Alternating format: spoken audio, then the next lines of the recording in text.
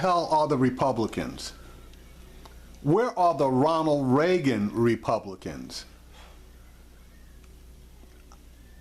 When I first got wind of this one, I could not flippin' believe it. And I couldn't believe that all of the mainstream Republicans didn't come out and denounce Trump to the high heavens. Donald Trump is a dupe of Vladimir Putin. He is a dupe. Welcome back to Hardball. Well, Donald Trump's appearance on the English language broadcast of state-owned Russian television last night was met with some disbelief, and I'd say today, especially in light of Trump's very public support of Russian President Vladimir Putin. So he goes on his TV network. RT, which formerly stood for Russia Today, was launched as part of a public relations effort on part of the Kremlin.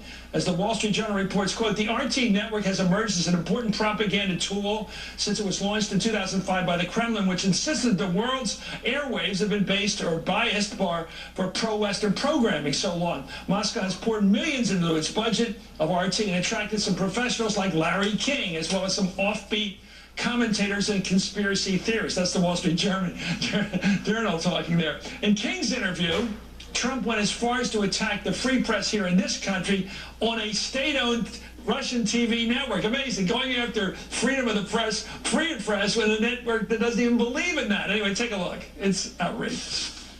One quick thing. What surprised you the most about running for office? Well, I think the dishonesty of the media.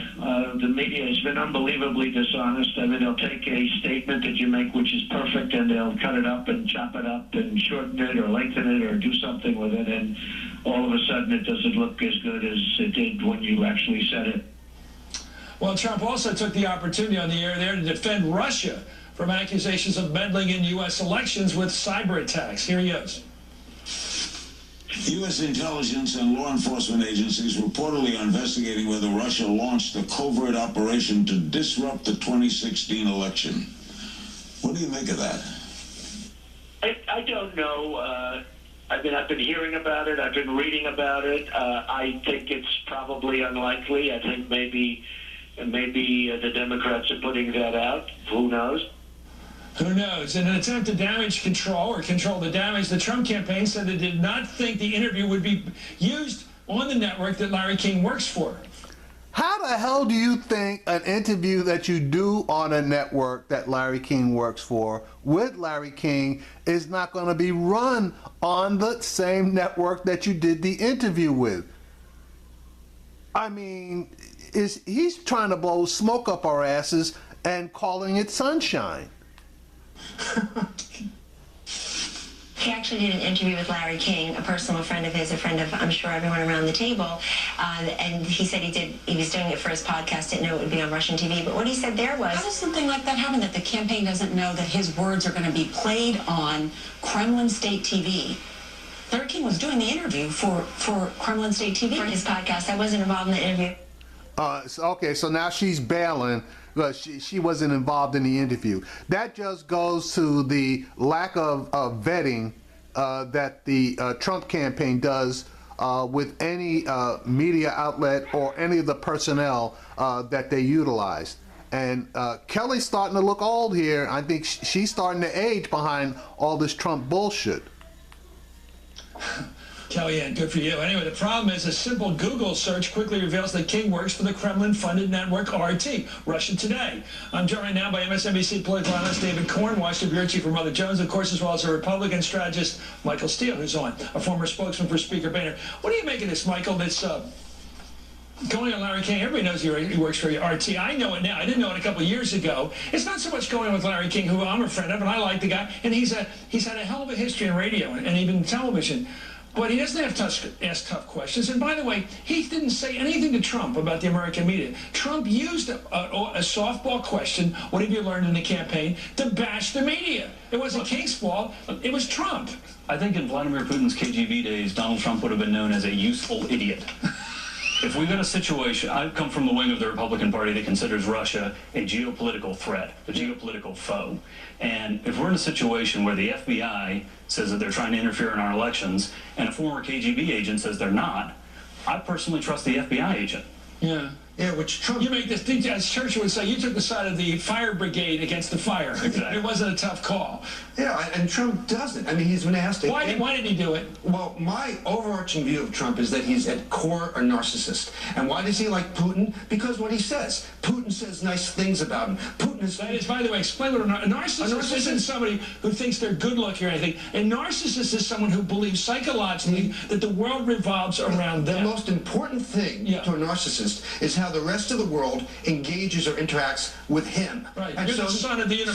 So he judges everyone by whether they say nice things about him. So Putin, you know, who former KGB agent, and this is probably KGB agenting 101, has figured this out with Trump and is going to flatter him, and Trump just falls for it. And so when you say to Trump, what about the journalists that have been killed in Russia? He goes, I don't know if it's happened. What about the hacking? I don't know, and there won't be any invasion of Crimea. So if you're going to lobby the next, if this is a Trump administration, well, you know the government like I do. If he's going to lobby the next administration, all you have to do is say nice things about Trump and he'll do anything you want. Anyway, by this theory, let's watch right now what Secretary Clinton had to say earlier this evening when asked about Trump's appearance on Russian television. So, can I say I was surprised?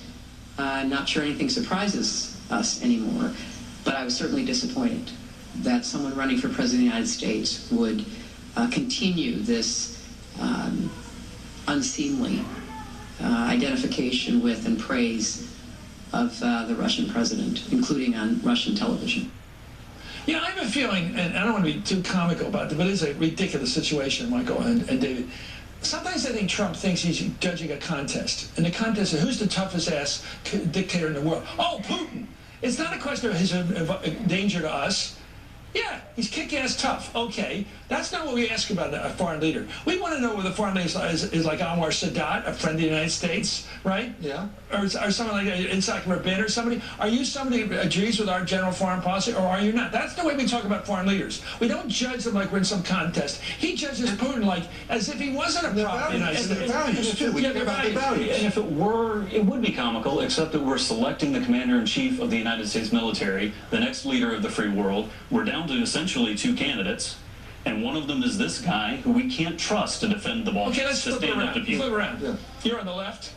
I'm going to talk to you like that. Suppose somebody on the left or moderate left had gone on Russian television and trashed it, state-owned television, and trashed the United States media. Yeah, you know who would be Trump? Trashed the United States. Trump and Pence would be attacking that. I mean, let's not leave Pence out of the equation. He's out there saying Putin's a strong leader. Well, you know who else was a strong leader? Yeah. That's not how you judge people. Let's just go back to Stalin. That's what we have to do. Trump has become Putin's poodle, or a lapdog for Putin, and the Republican Party is tied up in knots because not everybody has the integrity of Michael Stewart. Let me said it. The latest polling in this country, I had it on last night. You know what Putin's polling in this country? 8. Anyway, this comes after Trump Wednesday night said Putin is a stronger leader than President Obama. Let's watch. See, he's judging this contest. Anyway, Senator Lindsey Graham slammed Trump for that yesterday, saying, I think this is the biggest miscalculation since people thought Hitler was a good guy. Good for Lindsey. Other Republicans were careful to denounce Putin without criticizing Trump directly. Take a listen. Yeah. Let me say this about Vladimir Putin. Vladimir Putin is an aggressor that does not share our interests. Big concern, though, of Donald Trump praising Vladimir Putin, someone who said... I made my points about Putin clear right there. I'll just leave it at that. One has to be careful to let flattery influence how you feel about someone. I have tremendous disagreements with President Obama on policy. Huge differences. Vladimir Putin's not a president, he's a dictator. Once people learn the true nature of Vladimir Putin, my hope is that he'll change his opinion and his views with regards to it. He wouldn't even say the name Donald Trump. What a flippin' pansy. He's a joke. Let's talk Turkey. You said a few months ago, that you represent or are part of the party that believes that Russia is a foe. That seems to be, and not that it's an old Cold War, but it's a new kind of challenge. I don't think it's the same as the Cold War. But that there is a sense that geopolitically this guy wants land, he wants to rebuild some of the empire, and that's going to be a problem for us in NATO. Sure. Reclaim the near abroad, exert influence on the former Soviet states, particularly in the Baltics, where we have a huge interest in maintaining democracy, maintaining them as part of Europe. But I think what Speaker Ryan was saying is exactly right. We have a an obligation to speak out against these ridiculous comments, to speak out against this dictator in Putin. At the same time, Donald Trump is the nominee of the party, and a lot of people are having a lot of trouble balancing those competing. But this is not about Putin. This is about Trump. We agree, although we have policy disagreements, we agree that Putin is an authoritarian thug and that he's not to call him a strong leader and compare him favorably to the President of the United States is wrong. And if Ryan, Speaker Ryan, can't call out his nominee, if Lindsey Graham can't back away from his previous endorsement of Trump, then all these criticisms don't matter. I think Lindsey Graham's really endorsing Trump. Well, he has. Okay, he has. Anyway, I don't think he loves the guy. Well, where's John McCain? And where's John Trump's McCain got on this stuff? this weird kind of bromance going with this guy with the shirt off riding the horse over there. There's something strange in the neighborhood. Anyway, thank you, David Corey. I probably respond to that. That's the kind of thing he doesn't like. Anyway, Michael Steele, thank you. All right, so Republicans, well, at least we know that there's one Republican that was on Chris's show that had the cojones to stand up and call it for what it is. We need a whole hell of a lot more.